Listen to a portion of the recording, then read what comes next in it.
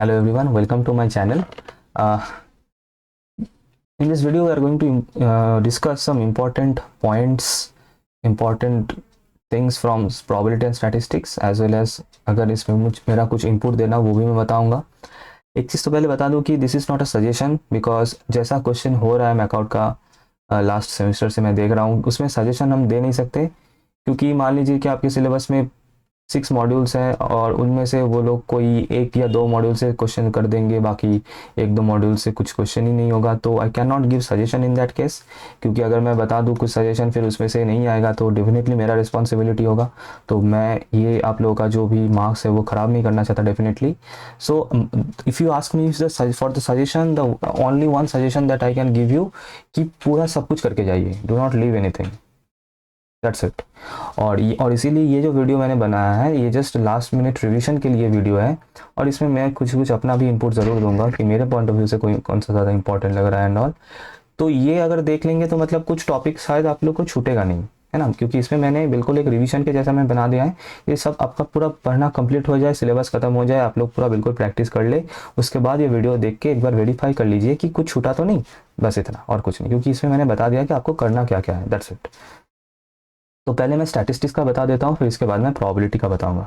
Statistics आप लोग शुरू कर रहे हो बेसिक स्टैटिस्टिक्स से, स्टैंडर्ड टेंडेंसी से स्टार्ट करेंगे. पहले तो मीन मीडियन मोड ये मिल जाएगा. मीन मीडियन मोड का जो भी फॉर्मूला है बिल्कुल जुबानी याद होना चाहिए, एंड इसका डेफिनेशन भी पढ़ लेना थोड़ा बहुत, मीन मीडियन मोड का जो डेफिनेशन है, एंड प्रॉपर्टीज थोड़ा बहुत देख लेना इसका. और with frequency and without frequency दोनों का फॉर्मूला, दोनों केस में इनका फॉर्मूला आपको पता होना चाहिए, क्वेश्चन आने का चांस है. मिसिंग फ्रीक्वेंसी वाला क्वेश्चन बहुत इंपॉर्टेंट बन जाता है इस पार्ट से. फिर इसके बाद ये थोड़ा सा याद रखना है ना, मीन मीडियन मोड का एक इंपेरिकल रिलेशन बनता है इन तीनों का, तो 1 मार्क क्वेश्चन के लिए बहुत ज़्यादा इंपॉर्टेंट है. नेक्स्ट इसके बाद मैं आ जाता हूँ डिस्पर्शन में. डिस्पर्शन के अंदर वेरिएंस एंड स्टैंडर्ड डेविएशन है. वेरिएंस का फॉर्मूला आप लोग को याद होना चाहिए. अच्छा, एक चीज़ मैं यहाँ पे बता दूँ जो कि ये वाला प्रॉपर्टी जिसमें यूज़ होता है, दैट इज़ अगर वेरिएंस निकालने अगर बोला जाए किसी क्वेश्चन में जो आने का डेफिनेटली चांस है स्टैंडर्ड डेविएशन उसके साथ, if the values of X are very high, तो in that case we need to minimize the values, उसको रिड्यूस करना पड़ता है, और रिड्यूस करने के लिए हम कोई एक नया वेरिएबल वाई इंट्रोड्यूस करते हैं, ठीक है. और इन दैट केस लाइक जो भी कैलकुलेशन होता है फर्दर वो उस y के ऊपर होता है, एंड पहले हम लोग y का स्टैंडर्ड डेविएशन निकाल लेते हैं, एंड एंड में जाके हम लोग ये वाला प्रॉपर्टी यूज़ करके दिस वन हम लोग उसको उससे sigma x that is standard deviation of x निकाल लेते हैं. तो ये बहुत अच्छे से याद रखना, अगर वैल्यूज लार्ज वैल्यूज दिया हुआ है एक्स का तो हम इसमें ये वाला प्रॉपर्टी यूज़ करते हैं. अच्छा, फिर उसके बाद कोएफिशिएंट ऑफ वेरिएशन सीवी, इसका ये फॉर्मूला याद रखना बहुत इंपॉर्टेंट है. मेरे पॉइंट ऑफ व्यू से सीवी से एक क्वेश्चन आना चाहिए एज पर माई थिंकिंग. और सीवी का जो सिग्निफिकेंस है ये आपको याद होना चाहिए कि अगर दो वेरिएबल का CV that is coefficient of variation, if this is ये ज़्यादा है तो इसका मतलब कंसिस्टेंसी कम होगा, मतलब जिस वेरिएबल का सीवी ज़्यादा होगा उसका कंसिस्टेंसी कम होगा, और अगर सीवी कम है तो कंसिस्टेंसी ज़्यादा होगा, ठीक है. तो सीवी का ये फॉर्मूला आप लोगों को याद होना चाहिए. फिर उसके बाद मोमेंट्स. मोमेंट्स बहुत इंपॉर्टेंट है. मोमेंट से आप लोग at least 1 question, 1 like 5 mark question and at least 2 1 mark question expect कर सकते हैं फ्रॉम मोमेंट्स. और रॉ और सेंट्रल दोनों मोमेंट्स आप लोग को इनका जो फॉर्मूला है जनरल फार्मूला, और उसके साथ साथ first second third order raw and central moments, and उन कौन सा मोमेंट का कुछ पर्टिकुलर अगर नाम है, जैसे कि फर्स्ट ऑर्डर रॉ मोमेंट को हम लोग मीन बोलते हैं, सेकंड ऑर्डर सेंट्रल मोमेंट को हम वेरिएंस बोलते हैं, से फर्स्ट ऑर्डर सेंट्रल मोमेंट 0 होता है. ये सब कुछ चीज़ें प्रॉपर्टीज़ वगैरह आप लोगों को बहुत अच्छे से याद होना चाहिए. और मेरा जो ईयर सॉल्यूशन वाला जो वीडियो है 2022 का पेपर का सॉल्यूशन का जो वीडियो है उसके बिल्कुल शुरू में मैंने मोमेंट्स के बारे में वहाँ पे बहुत अच्छे से डिस्कस करके उसका क्वेश्चन भी बना दिया है, तो ज़रूर वो देख सकते हैं, लिंक जो है डिस्क्रिप्शन में मिल जाएगा. और इसके साथ साथ ये जो थ्योरम बनता है यहाँ पे मोमेंट्स के ऊपर, ये हम लोग यूज़ करते हैं मेनली स्क्यूनेस और कर्टोसिस का अगर क्वेश्चन आ जाए, जो कि आने का चांस कम है क्योंकि बहुत लंबा सॉल्यूशन बनता है, बहुत टाइम टेकिंग हो जाता है. तो उसमें एकदम एंड में जाके y का मोमेंट्स, y का जो भी सेंट्रल मोमेंट्स है उसको x का सेंट्रल मोमेंट्स में कन्वर्ट करने के लिए we use this formula, this property, ये बहुत इंपॉर्टेंट बन जाता है उस पॉइंट ऑफ व्यू से।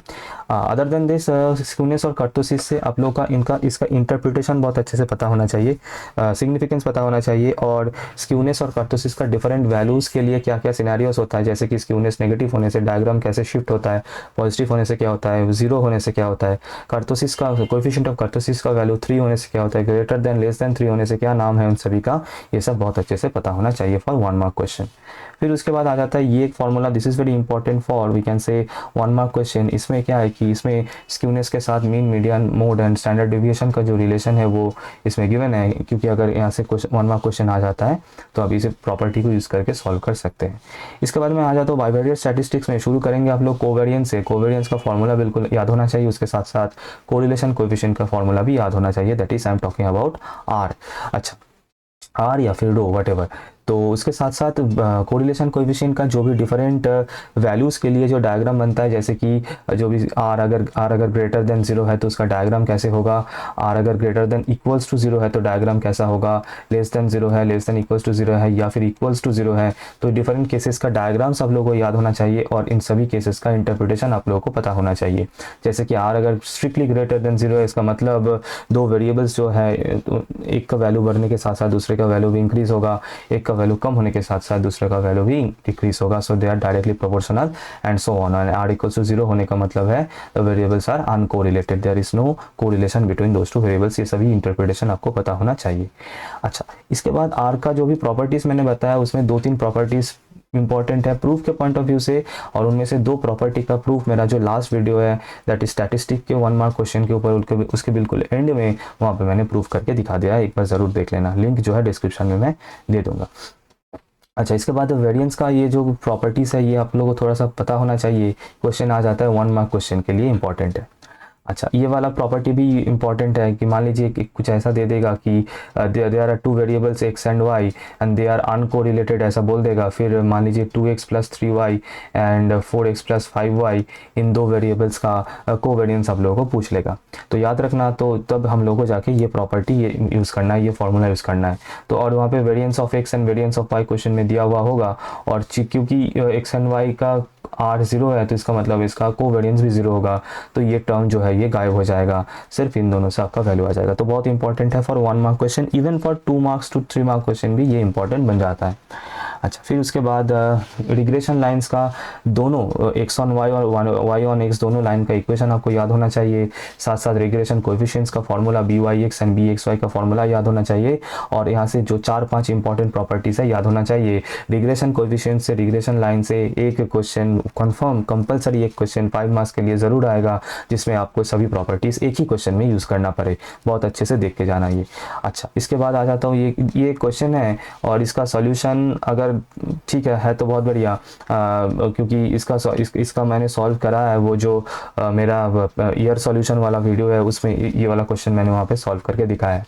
लेकिन इस क्वेश्चन होने के साथ साथ इसका एक अलग से इंटरप्रिटेशन भी बनता है, दैट इज़ अगर दो रिग्रेशन लाइंस के बीच में एक एक्यूट एंगल थीटा हो रहा है तो उसका tan थीटा का फॉर्मूला कुछ ऐसे बनेगा। और अगर यहाँ पे इंटरप्रिटेशन क्या है कि if r equals to 0, r का वैल्यू अगर 0 है तो इसका मतलब थीटा हो जाएगा π/2, r का वैल्यू अगर 0 है तो थीटा हो जाएगा π/2, क्योंकि डिनोमिनेटर 0 हो रहा है तो इसका वैल्यू हो जाएगा इन्फिनिटी, एंड tan π/2 पे इन्फिनिटी होता है, तो इसका मतलब अब थीटा π/2 का मतलब जो रिग्रेशन लाइन्स है they are perpendicular to each other बन जाएगा। और अगर r का वैल्यू ±1 है तो tan थीटा 0 होगा, और अकॉर्डिंगली थीटा इधर 0 और पाई होगा, इसका मतलब स्ट्रेट लाइन्स जो है इधर पैरेलल होगा और दे आर कोइंसिडेंट होगा रिग्रेशन लाइन्स। तो ये इंटरप्रिटेशन आप लोग को याद होना चाहिए, बहुत इंपॉर्टेंट है, मैंने बता दिया। अच्छा, इसके बाद आ जाता हूँ रैंक कोरिलेशन कोएफिशिएंट पर। रैंक कोरिलेशन कोएफिशिएंट से एक important broad question 5 marks to 7 marks question you can expect, जिसमें आइदर मार्क्स दिया हुआ होगा और उसका रैंक निकालना है, फिर रैंक कोरिलेशन कोएफिशिएंट निकालना है, या फिर उसके बाद अगर हाँ वो एक ब्यूटी कंटेस्टेंट का एक क्वेश्चन होता है जिसमें 3 जज रहते हैं, उनका रैंक होता है एंड उसके हमें रैंक कोरिलेशन कोएफिशिएंट निकालना होता है। तो रैंक कोरिलेशन कोएफिशिएंट का फॉर्मूला और उसके साथ साथ टाई रैंक कोरिलेशन कोएफिशिएंट का फॉर्मूला भी बहुत अच्छे से याद होना चाहिए। यहाँ से आप लोग एक क्वेश्चन एक्सपेक्ट कर सकते हैं, 1 question from this part. Curve fitting से लास्ट टाइम जो आया था पैराबोला आ गया था 2019 में, सॉरी हाँ पैराबोला आया था 2019 में, तो उस पॉइंट ऑफ व्यू से स्ट्रेट लाइन जो है इंपॉर्टेंट बनता है। और यहाँ से सभी टाइप्स का मतलब स्ट्रेट लाइन हो, पैराबोला हो या फिर एक्सपोनेंशियल कर्व्स हो, इन सभी का नॉर्मल इक्वेशन आप लोग को बिल्कुल जुबानी याद होना चाहिए, so that you can solve any question from this part. You can expect one broad question from this particular category from curve fitting. अच्छा, सैम्पलिंग में बहुत दिक्कत होता है यहाँ पे सभी का। यहाँ पे मैं बता दूं कि सैम्पलिंग से थोड़ा सा थ्योरी बेस्ड क्वेश्चन आप लोग एक्सपेक्ट कर सकते हैं। दैट इज सैम्पलिंग का डेफिनेशन आप लोग को पता होना चाहिए, और सैम्पलिंग से रिलेटेड बहुत सारा क्वेश्चन मैंने लास्ट स्टैटिस्टिक का 1 मार्क वाला वीडियो है उसमें सॉल्व किया हुआ है, तो वो वीडियो जरूर देख लेना, यहाँ से हेल्प हो जाएगा। इसके साथ साथ simple random sampling with replacement and without replacement का डेफिनेशन पता होना चाहिए, एग्जाम्पल्स पता होना चाहिए, स्टैंडर्ड एरर का डेफिनेशन पता होना चाहिए, एंड स्टैंडर्ड एरर कैलकुलेट करने के लिए हमें स्टैंडर्ड डेविएशन कैलकुलेट करना पता है, ये आपको पता होना चाहिए। कैरेक्टरिस्टिक पता होना चाहिए स्टैंडर्ड डेविएशन का, स्टैंडर्ड एरर का। और यहाँ पे इसके साथ साथ कुछ इंपॉर्टेंट थ्योरम्स है जो कि रिजल्ट यूज करके हम लोग को 1 मार्क क्वेश्चन सॉल्व करना होता है, यहाँ पे मैंने दे दिया, इसको जरूर देख लेना। और यहाँ से 1 मार्क क्वेश्चन के साथ साथ आप लोग 5 मार्क्स का क्वेश्चन भी एक्सपेक्ट कर सकते हैं, ठीक है। तो ये प्रॉपर्टीज या फिर फॉर्मूला जो भी बोली आप लोग याद होना चाहिए।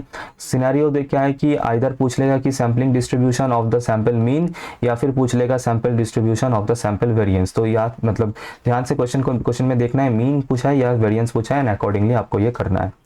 अच्छा, फिर इसके बाद आ जाता हूँ हाइपोथेसिस टेस्टिंग में। टेस्टिंग और हाइपोथेसिस से डेफिनेशंस बहुत अच्छे से पढ़ लेना है। Null hypothesis, alternative hypothesis, one sided test, two sided test, both sided test, test statistic, critical value, critical region, type 1 error, type 2 error, power of test, region of acceptance, level of significance, इन सभी का definitions I am talking about the definitions जुबान याद होना चाहिए। और यहाँ से इसके बाद आ जाता है large and small sample test. यहाँ से मेरा तो बिल्कुल प्लेलिस्ट बना हुआ है लार्ज और स्मॉल सैंपल टेस्ट के ऊपर। हाँ, स्मॉल सैंपल टेस्ट में सिर्फ 2 ही मैंने डाला है, बाकी डालने का टाइम नहीं मिला, वो सब छोड़ के और भी जो भी है सिलेबस में, that is difference of mean and chi square, test of fitness of good, ये भी गुडनेस ऑफ फिट, ये भी आप लोग को देख लेना है इस स्मॉल सैंपल टेस्ट और लार्ज सैंपल टेस्ट में से। क्रिटिकल वैल्यू का ध्यान रखना, मैंने वीडियो में बहुत बार बताया है कि जेड टेस्ट के लिए 4 क्रिटिकल वैल्यू आप लोग को याद रख देना है। और अगर like level of significance question में गिवन नहीं है तो ये कुछ बोल नहीं सकते, क्योंकि अगर क्वेश्चन में लेवल ऑफ सिग्निफिकेंस 2 तरीके से गिवन हो सकता है। आइदर वो लेवल ऑफ सिग्निफिकेंस एकदम क्वेश्चन में मेंशन कर देगा कि 5% या फिर 1%, या फिर गिवन ऐसा बोल के फिर z के नीचे यहाँ पे 0.05, फिर उसके बाद यहाँ पे क्रिटिकल वैल्यू डाल के इस तरीके से भी वो डिनोट कर सकता है। तो ये आपको देख के पता करना है कि 1 टेल टेस्ट है, 2 टेल टेस्ट है, and accordingly level of significance कितना है, और फिर ध्यान से आपको यहाँ पे क्रिटिकल वैल्यू वो जो यहाँ से ले लेना है, या फिर अगर आपको याद है जेड टेस्ट के लिए तो आपको वो पुट कर देना है रिमेंबर करके। लेकिन अगर क्वेश्चन में कुछ भी ना गिवन हो तो फिर दिक्कत है, हम क्या कुछ भी ले सकते हैं एज लेवल ऑफ सिग्निफिकेंस। लेकिन मैंने कहीं कहीं जगह पे देखा है कि बाय डिफॉल्ट 5% को ले लेते हैं, तो इसमें मैं कुछ नहीं इसमें कमेंट करना चाहता, क्योंकि जनरली क्या होता है कि क्वेश्चन में लेवल ऑफ सिग्निफिकेंस मेंशन होना चाहिए। तो ये है, यहाँ से स्टैटिस्टिक्स के बारे में मैंने सब कुछ बता दिया। अब प्रोबेबिलिटी में मैं आ जाता हूँ। प्रोबेबिलिटी से भी देखिए क्वेश्चन जो बन रहा है, फिलहाल मैं देख रहा हूँ कि थ्योरी बेस्ड क्वेश्चन हो रहा है, तो उसी तरीके का मैंने यहाँ पे रखने का कोशिश किया है। तो बेसिक प्रोबेबिलिटी से जितना भी डेफिनेशन है फर्स्ट चैप्टर से वो आपको बिल्कुल याद होना चाहिए। रैंडम एक्सपेरिमेंट का definition, sample space, event space, different events like mutually exclusive events, exhaustive event, certain event, impossible event, इन सभी जो इवेंट्स हैं इनका डेफिनेशन विथ एग्जाम्पल बिल्कुल जुबानी याद होना चाहिए। और एक्सपेरिमेंट से सैंपल स्पेस क्या होता है, लाइक कॉइन टॉस का सैंपल स्पेस होता क्या होता है, फिर उसके बाद डाई थ्रो करने का सैंपल स्पेस क्या होता है, ये सब बहुत अच्छे से याद होना चाहिए। क्लासिकल डेफिनेशन ऑफ प्रोबेबिलिटी याद होना चाहिए, favourable cases, number of favourable cases divided by total number of cases. फिर इसके बाद ये टोटल प्रोबेबिलिटी थ्योरम का प्रूफ कर लेना। ये कौन सा प्रॉपर्टी है, वो probability of A union B is equal to probability of A plus probability of B minus probability of A intersection B. इसका ये तो इंपॉर्टेंट है ही क्वेश्चन सॉल्व करने के लिए। और पता है यहाँ से क्वेश्चन किस तरीके का सॉल्व करना है, वो प्रोबेबिलिटी ऑफ ए बता देगा, बी बता देगा, यूनियन बी बता देगा, फिर कुछ और निकालना है इस तरीके का। और डी मॉर्गन्स लॉ बहुत अच्छे से याद कर लेना यहाँ से। और मेरा जो प्रोबेबिलिटी का वो 1 मार्क वीडियो, मतलब 1 मार्क क्वेश्चन सॉल्यूशन का जो वीडियो है उसमें डिटेल में बहुत सारा क्वेश्चन वहाँ से मिल जाएगा फ्रॉम दिस पर्टिकुलर चैप्टर। उसके बाद एक्जियोमेट्रिक डेफिनेशन प्रोबेबिलिटी का ये बिल्कुल रट्टा मार के याद कर लेना, क्योंकि बहुत इंपॉर्टेंट है डेफिनेशन, मतलब 2 से 3 मार्क्स के लिए। Axiomatic definition of probability, conditional probability का फॉर्मूला याद होना चाहिए। बेस थ्योरम का स्टेटमेंट बहुत ज़्यादा आता है, state Bayes theorem and then using Bayes theorem do this and all. Bayes theorem से एक क्वेश्चन फॉर 1 मार्क, एक स्टेटमेंट और इसके साथ एक broad question for 5 to 6 marks आप डेफिनेटली एक्सपेक्ट जो है कर सकते हैं। अच्छा, इंडिपेंडेंट इवेंट होने से क्या होता है, ये probability of A intersection B is equals to probability of A into probability of B हो जाता है। ये आप लोगों को याद होना चाहिए इंडिपेंडेंट इवेंट से। फिर आ जाता है, मैं फिर डिस्ट्रीब्यूशन में आ जाता हूँ। तो उस पहले आ जाएगा डिस्क्रीट डिस्ट्रीब्यूशन, उसमें प्रोबेबिलिटी मास फंक्शन बिल्कुल आप लोगों को पता होना चाहिए। मास फंक्शन का जो 2 इंपॉर्टेंट प्रॉपर्टीज है पता होना चाहिए, और मास फंक्शन से वो के का वैल्यू निकालने वाला जो सम्स वगैरह होता है ये आपको आना चाहिए। फिर उसके बाद आता है डिस्ट्रीब्यूशन फंक्शन का प्रॉपर्टीज़। इसके ये प्रॉपर्टीज़ मैंने डिस्कस किया है, वो जो प्रोबेबिलिटी का 1 मार्क को जो वीडियो है ना, उसमें बिल्कुल शुरू में यहाँ पे डिस्ट्रीब्यूशन फंक्शन का प्रॉपर्टीज़ मैंने वहाँ पे थोड़ा सा डिस्कस किया है, ज़रूर देख लेना। अच्छा, उसके बाद आ जाता है एक्सपेक्टेशन। तो मान लीजिए आपको कोई एक टेबल दे देगा, फिर एक्सपेक्टेशन पूछ लेगा, और मैंने ये क्वेश्चन सॉल्व किया हुआ है प्रोबेबिलिटी का 1 मार्क वाला जो वीडियो है उसमें, तो इसमें एक्सपेक्टेशन इसमें से आपको निकालने आना चाहिए, और उसके साथ साथ अगर कुछ और पूछ ले तो एक्सपेक्टेशन का जो भी प्रॉपर्टीज़ है, जैसा कि कोई भी कांस्टेंट का एक्सपेक्टेशन वो कांस्टेंट ही होता है, इस तरीके का जो प्रॉपर्टीज़ है एक्सपेक्टेशन से वो आप एक बार देख लीजिएगा। अच्छा, बाइनोमियल डिस्ट्रीब्यूशन। बाइनोमियल डिस्ट्रीब्यूशन का मीन और वेरिएंस जो है, दैट इज मीन जो है एन पी एंड वेरिएंस जो है एन पी क्यू, इसका प्रूफ एक बार बहुत अच्छे से देख लेना। बाइनोमियल डिस्ट्रीब्यूशन का जो प्रोबेबिलिटी मास फंक्शन है F I P M F, इसका फॉर्म जो होता है एन सी आई करके, वो बहुत अच्छे से एकदम देख लेना। बाइनोमियल कब यूज़ करना है, और बाइनोमियल में ये जो एफ आई होता है वो एक्चुअली बार्नोलीज ट्रायल का ही होता है, कब यूज़ करना है ये आपको पता होना चाहिए। कि जैसा कि अगर कोई ऐसा क्वेश्चन बन रहा है जिसमें yes no type of solution हो, दैट इज फेलियर और सक्सेस मतलब टाइप का क्वेश्चन हो, तो उसमें बाइनोमियल डेफिनेटली यूज होगा। फिर उसके बाद सेम एज पॉइंटो का बिल्कुल सेम है, मीन वेरिएंस का प्रूफ याद होना चाहिए। कब पॉइंटो यूज किया जाता है, जब N is very very greater than P होता है, तब पॉइंटो यूज किया जाता है, ये सब आपको पता होना चाहिए। फिर आ जाता हूँ उसके बाद जॉइंट डिस्ट्रीब्यूशन में, मतलब joint distribution of 2 discrete random variables, ये आपको पता, वो टेबल बनाना आना चाहिए आपको, है ना, जहाँ पे इस तरीके से यहाँ पे x और y का जो y का जो भी वैल्यूज होगा, x का जो भी वैल्यूज होगा ये होगा, ये होता है यहाँ पे, और यहाँ पे x का जो मार्जिनल डेंसिटी फंक्शन वो होता है, y का मार्जिनल डेंसिटी फंक्शन होता है, इन सभी का सम ये, और इन सभी का सम भी इसके साथ इक्वल होता है। और यहाँ पे जो 1 1 p 1 2 करके ये सब वैल्यूज होता है, ये आपको निकालने आना चाहिए, टेबल बनाना आना चाहिए। अगर आप लोग जॉइंट डिस्क्रीट डिस्ट्रीब्यूशन से ये टेबल बना पाते हैं तो आप कोई भी क्वेश्चन को सॉल्व कर लेंगे इस पार्ट से, ठीक है। अच्छा, फिर इसके बाद चेबीशेव इनइक्वालिटी का जो फॉर्मूला या फिर डेफिनेशन है, बॉल एकदम जुबानी याद होना चाहिए। यहाँ से एक सम आप लोग एक्सपेक्ट कर सकते हैं फॉर 5 मार्क, और उसके साथ साथ जो मेन फॉर्मूला है वो। अच्छा, फिर आ जाता है मैं पीडीएफ, मतलब सेम पीएमएफ के जैसा ही पीडीएफ का प्रॉपर्टी सम ये सब आपको आना चाहिए, एक्सपेक्टेशन निकालने आना चाहिए। के का वैल्यू जो क्वेश्चन होता है जहाँ पे वो कांस्टेंट का वैल्यू निकालना होता है, वो वाला क्वेश्चन।